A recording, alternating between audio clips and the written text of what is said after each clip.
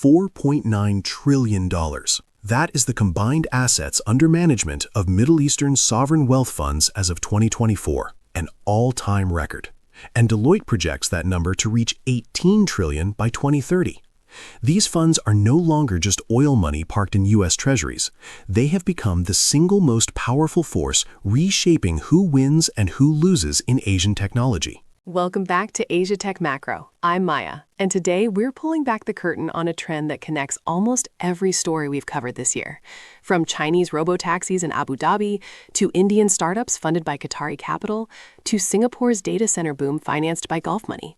Every time we dig into an Asian tech story, there's a Middle Eastern sovereign wealth fund sitting at the table, and the scale of capital they're deploying is staggering. Let me name the players, because most people outside finance can't tell them apart. There are 5 funds that matter. ADIA, the Abu Dhabi Investment Authority, is the largest at around $990 billion.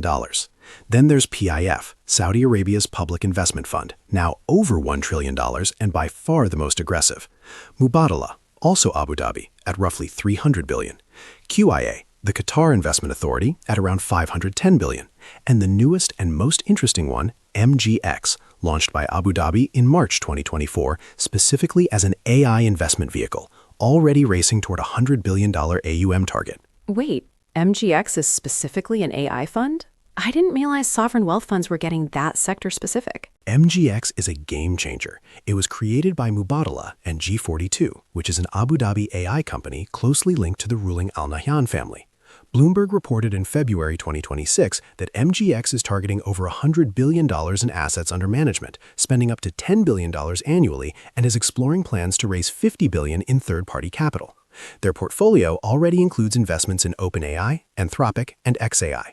And they were part of the consortium that agreed to acquire aligned data centers for $40 billion. $40 billion for a single data center acquisition. That tells you where they see the future. And here's the connection to Asia. MGX was part of the TikTok buyer consortium alongside Oracle and Silver Lake, holding a 15% stake. So Abu Dhabi's AI fund now has a direct ownership position in one of the most important consumer technology platforms connecting the US, China, and Southeast Asia.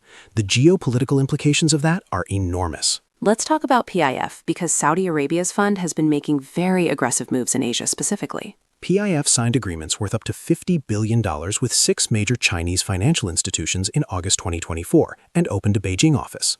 They partnered with Lenovo on a $2 billion deal. They teamed up with Singapore's GIC to invest $986 million in South Korea's Kakao Entertainment. And their governor, Yasser Al-Rumayyan, announced in early 2026 that PIF is finalizing a revised 2026 to 2030 strategy focused on AI, minerals, and industry, while scaling back the mega projects that dominated the previous phase. So the Saudis are pivoting from building cities in the desert to investing in Asian technology. That's an oversimplification, but directionally correct. PIF's new strategy explicitly prioritizes returns over prestige projects. And where are the highest growth technology returns in the world right now?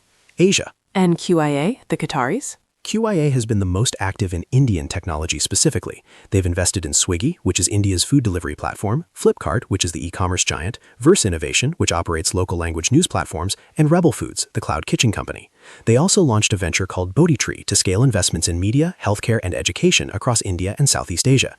QIA is essentially building a portfolio of consumer technology companies that serve India's 1.4 billion people. So we have Abu Dhabi's MGX focused on AI infrastructure, Saudi PIF going broad across Asian tech, and Qatar specifically targeting Indian consumer tech.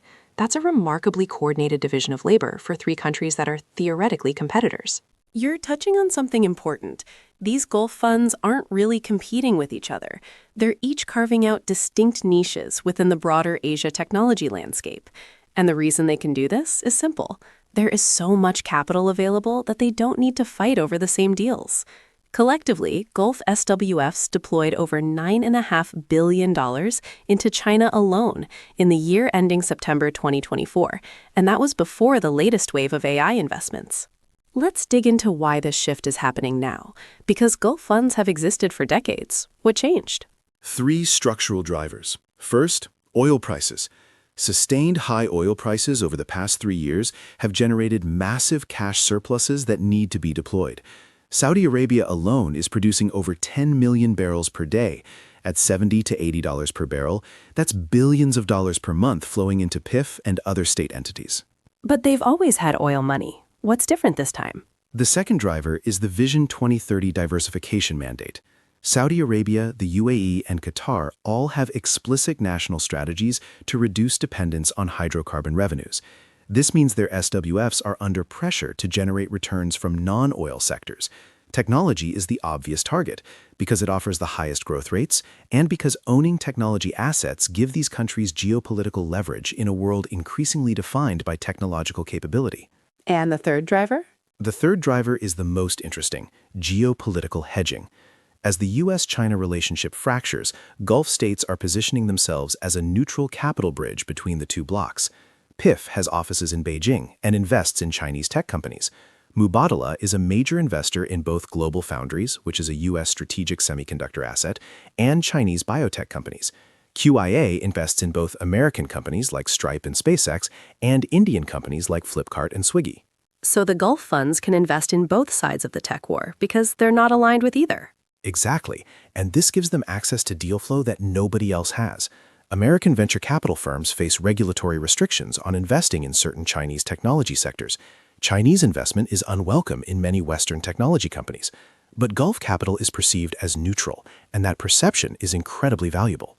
Let me bring in the Southeast Asia angle, because that's where some of the most interesting plays are happening. What are Gulf funds doing in ASEAN? Multiple vectors.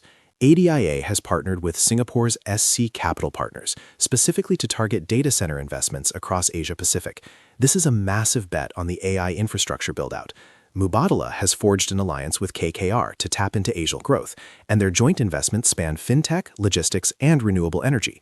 In Indonesia, Gulf SWFs have partnered with the Indonesia Investment Authority on the Trans-Java Toll Roads platform, which is critical infrastructure for the country's economic development. And they joined a consortium that acquired Malaysian Airports Holdings earlier this year. Airports, toll roads, data centers. These are all infrastructure assets. Is there a pattern here? Absolutely.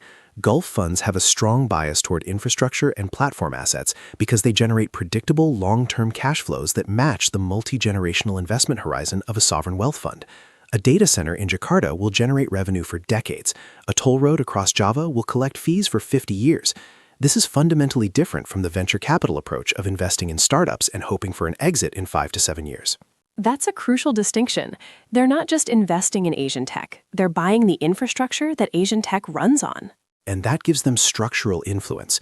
When you own the data centers that power AI inference in Southeast Asia, or the financial infrastructure that connects Indian consumers to digital payments, you have leverage that goes beyond financial returns.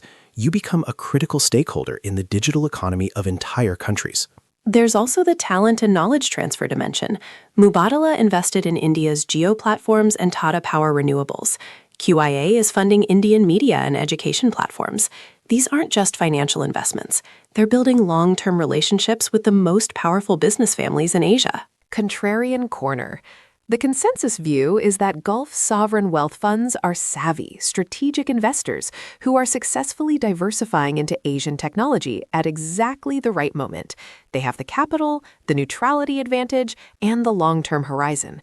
What's the skeptical read? The contrarian position starts with a historical question. Have sovereign wealth funds ever been consistently good technology investors? And the honest answer is not really. The most famous Gulf tech investment of the previous decade was SoftBank's Vision Fund, which was backed by $45 billion from PIF. That fund's initial track record was disastrous.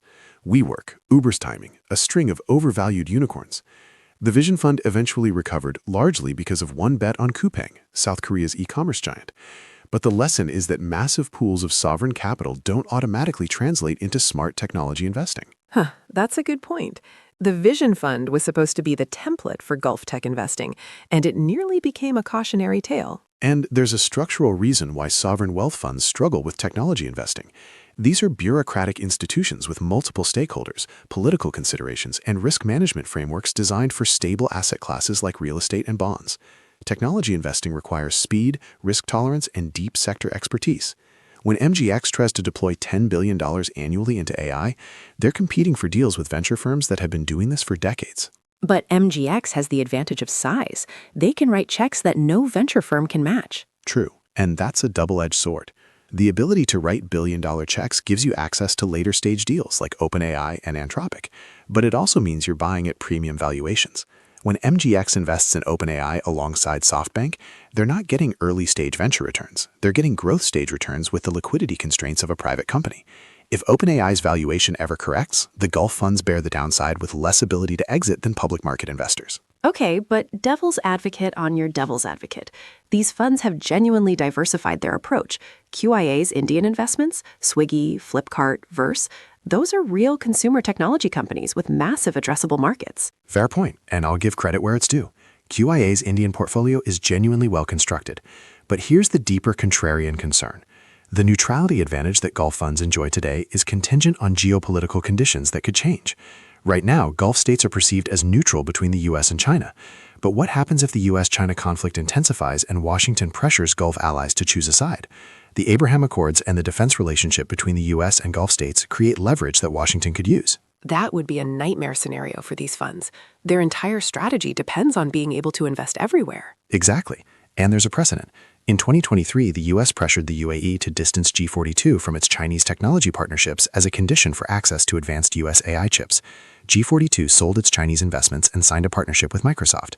That was a case where the neutrality illusion broke down when Washington applied real pressure. If that pattern repeats on a larger scale, the entire Gulf SWF technology strategy faces an existential choice. There's another risk I want to flag, the concentration risk. These funds are pouring enormous amounts of capital into AI infrastructure, data centers, and a small number of foundation model companies. If the AI investment cycle turns out to be more bubble than revolution, the exposure is significant. Great point. We covered this in our AI investment bubble episode. MIT's study found that 95% of AI projects generate zero positive ROI. If that ratio doesn't improve, the tens of billions that Gulf funds have deployed into AI infrastructure and companies could face significant write-downs. And unlike venture capital firms that can absorb losses across a diversified portfolio, SWF losses are ultimately borne by national balance sheets and, by extension, the citizens of those countries. That's a sobering thought. The wealth of entire nations is being concentrated into technology bets that might not pay off. I wouldn't go that far. These funds are diversified across many asset classes, and technology is still a minority of total AUM. But the rate of capital deployment into AI and Asian technology is accelerating faster than historical precedent, and the valuations they're paying are not cheap. Action items time. How should investors and business professionals think about the Gulf SWF influence on Asian tech? 3 specific actions. First, track MGX's annual deployment pace against its $100 billion AUM target and $10 billion annual spending goal. MGX is the purest proxy for Gulf capital flowing into AI and technology. Their investment announcements signal where Abu Dhabi sees the highest conviction opportunities. Watch specifically for Asia-focused deals, because MGX has been heavily US-focused so far with OpenAI, Anthropic, and Stargate. The pivot to deploying similar capital in Asian AI infrastructure would be a major signal. If you see MGX leading a billion-dollar data center deal in India or Southeast Asia, it validates the thesis that Gulf capital is moving from US AI companies to Asian AI infrastructure. Second, monitor PIF's revised 2026 to 2030 strategy when it's released this spring. PIF Governor Yasir Al-Rumayyan has signaled that the new strategy will prioritize AI, minerals, and industry over megaprojects. The specific Asia allocations in that strategy document will tell you exactly how much Saudi capital is targeting the region. Pay attention to 3 things. 1, any new office openings in Asia beyond the existing Beijing office. 2, the size of any Asia-dedicated investment mandates. And 3, whether PIF announces partnerships with Asian venture firms or corporate investors similar to the GIC Cacao Entertainment deal. Each of these signals escalating commitment to the region. And third, Third, and this is the most actionable for Asian companies and entrepreneurs, understand that Gulf SWF capital comes with strings that are different from venture capital or private equity. When QIA invests in Swiggy or Mubadala invests in geo platforms, they're not just writing checks, they're building bilateral economic relationships between their home countries and the recipient markets. If you're running an Asian technology company and Gulf capital approaches you, understand that the relationship extends beyond the investment. There will be expectations around knowledge transfer, potential partnerships with Gulf-based entities, and possibly opening offices or operations in the Gulf. This isn't necessarily negative, but it's different from taking money from Sequoia or Tiger Global, and it should factor into your fundraising strategy. the bigger picture takeaway I'm getting is that Gulf SWFs are becoming the connective tissue of the Asian technology ecosystem, not just through capital, but through the relationships and infrastructure they're building. That's exactly right. And the numbers support it. Deloitte projects Gulf SWF assets to reach $18 trillion by 2030 from $4.9 trillion today. Even if only a fraction of that growth flows into Asian technology, we're talking about hundreds of billions of dollars of additional capital entering the ecosystem over the next 4 years. That level of investment will reshape valuations, competitive dynamics, and geopolitical alignments across every sector we cover on this show. Robotaxis in Dubai, data centers in Jakarta, fintech in Mumbai, semiconductor packaging in Malaysia. Gulf capital is touching all of it. And the critical variable is whether the neutrality advantage holds. If Gulf funds can continue investing across the US-China divide, they become the ultimate kingmakers. If geopolitical pressure forces them to choose sides, the strategy unravels. And nobody knows which scenario plays out. That's what makes this one of the most important macro variables to watch in Asian technology. And if you want the written version with all the fund comparisons, deal data, and the full analysis of the neutrality risk that we couldn't fully unpack here, we publish a free daily newsletter at asiatechmacro.substack.com. Coming up next, we're going to dive into Taiwan's K-shaped economy. TSMC's AI boom is driving record GDP growth, but beneath the surface, wage stagnation, an energy crisis, and a widening gap between tech and traditional industries are creating dangerous tensions. The data tells a very different story than the headlines. Can't wait for that one. Thanks, everyone. Stay data-driven. Bye.